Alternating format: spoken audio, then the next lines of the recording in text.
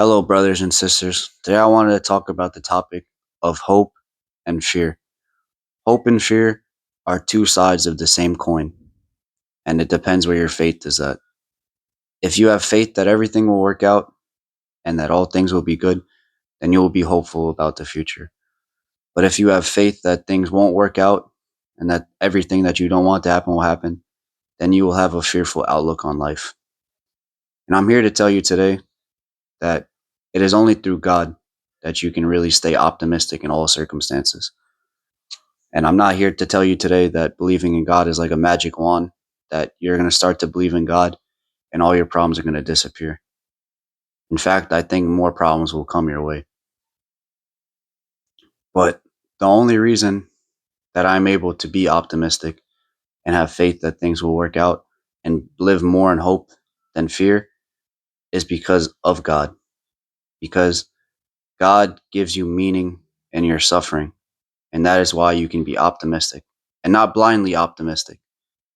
Because for me, whenever I've ever suffered and I think unjustly or undeservedly, that is when I was sad. That is when I was angry.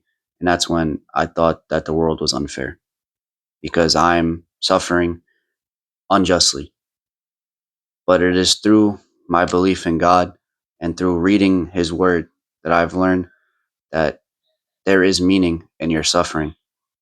It is it is honestly a blanket statement to say that you do bad and you suffer because that is not really what is in the Bible.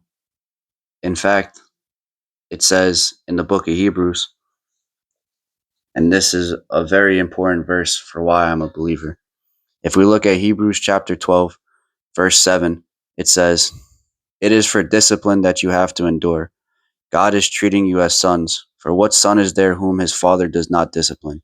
If you are left without discipline, in which all have participated, then you are illegitimate children and not sons."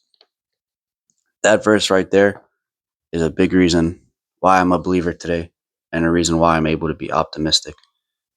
For a long time in my life, I felt that God hated me and that He was just like laughing at me and He was throwing all these problems and situations at me and He was trying to see if He could break me and take enjoyment out of that. And I was very, very miserable and angry at the world when I lived like that. But when I read that verse, that powerful verse in Hebrews, my perspective changed on the problems that I faced. I learned that God actually loves me. And I was able to see that the things that God was throwing my way wasn't because He hated me, but He was throwing challenges my way because He loved me. And He was trying to make me grow and He was trying to make me better. And when I was able to see the problems that I was facing from that perspective, when they came, I was able to have faith and hope that things will work out.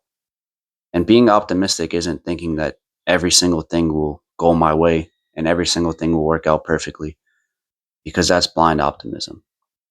But because of God and because of my faith, I know now that whatever challenge comes my way, I have hope in God that He will make a way for me. And that whatever circumstances come my way, whatever the outcomes are, I believe that's what God wanted and that I have a path and a destiny.